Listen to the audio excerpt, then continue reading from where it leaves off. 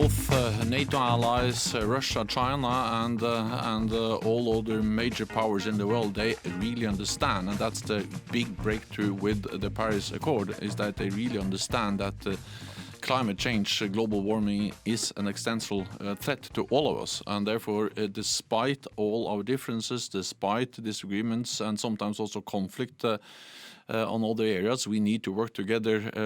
Addressing climate change is a truly global challenge, and it can also only be solved when we work together. So there are many big problems in the world, but when it comes to climate change, actually what we have seen is that we have been able to partly to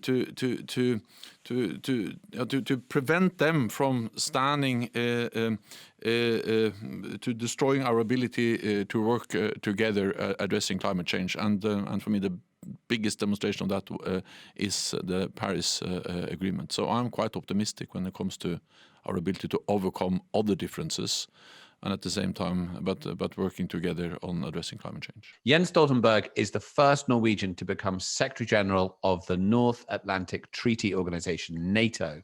Of course, one of the most important security organizations in the world, born out of the Second World War. Jens himself has this amazing background. He was born into a political family, and his father was a diplomat and then Minister of Defense and Minister of Foreign Affairs. And these amazing stories from his background. His father believed in practicing what he called kitchen table diplomacy, and he'd invite others that he was speaking to and engaging with, friends he called them, to the family home, serve them breakfast and talk as the family ate breakfast, encouraging the kids to ask questions. So as Jens was a child, guests at the breakfast table included people like Nelson Mandela and many other notable international freedom fighters. And he grew up thinking that this was the normal diplomatic process, which is kind of an amazing indicator of how he then went on to become a statesman and a diplomat himself. Have you had the opportunity / the responsibility to actually bring, let's call it right now, those two big military powers, to bring them beyond a traditional NATO standoff position in order to collaborate on climate, for example, in the Arctic? So I think that NATO has an important role to address climate change. We need to, first of all, understand how global warming affects our security, and everything that matters for our security matters for NATO. Global warming, climate change is a crisis multiplier, and therefore we need to address it. I also think that NATO has a role in adapting to climate change and also helping to reduce emissions. But I don't think that NATO is the platform to, in a way, negotiate with China or with Russia big climate agreements. I think that will only confuse the responsibilities with the responsibilities of the UN and all those who are working within the UN framework for on addressing climate change. So NATO has an important role, but not in a way to replace or to start to sit down and negotiate climate change agreements with Russia. I think we should focus on arms control and those issues when we talk to Russia or with China. But that would lead me to think that you don't think that NATO has a role in climate change, but you do know that it does. So how would you define that role of NATO on climate change?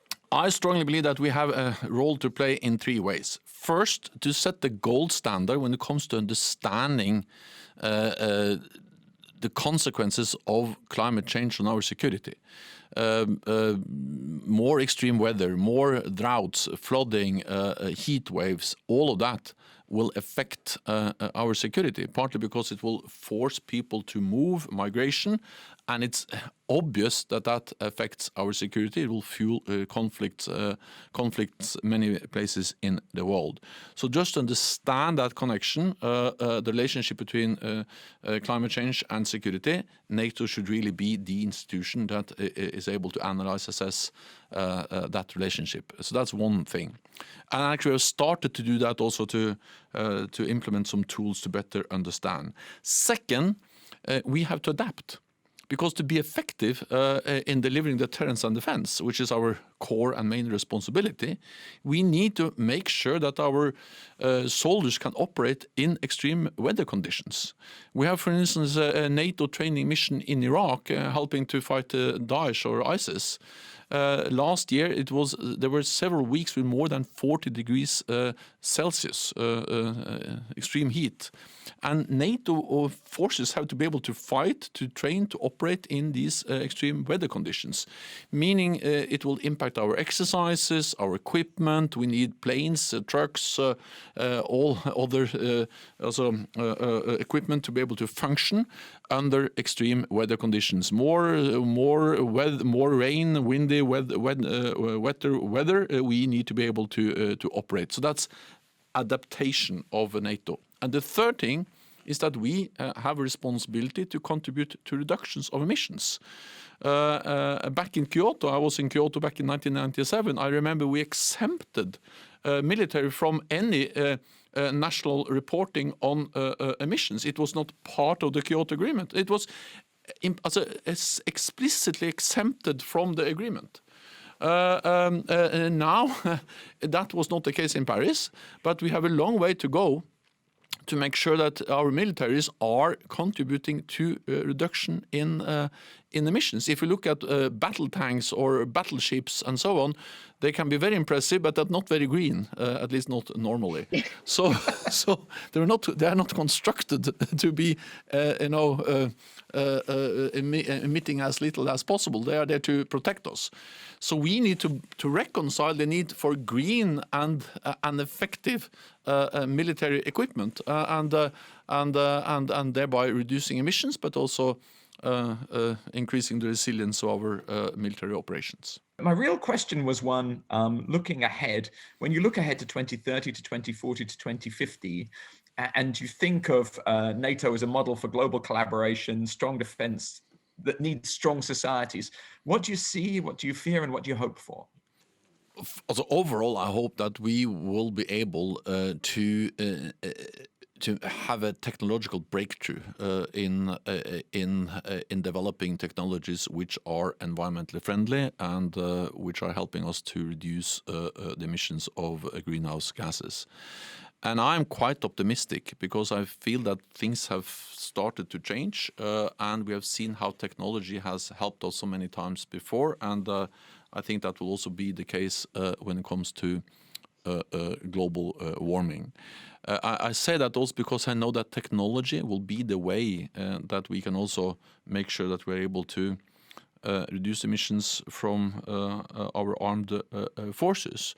And if you asked me what can the rest of the society and what can you do to help, I think that the best thing you can do for NATO and for our armed forces is to make sure that we actually develop these new technologies which can be implemented in our military operations. Because the best thing would be, of course, if we lived in a world where we didn't need a military force, but in the foreseeable future there will be a need for military force to prevent conflict, to provide deterrence and defense. You have to remember that NATO's core task is not to fight the war, but it's to prevent the war.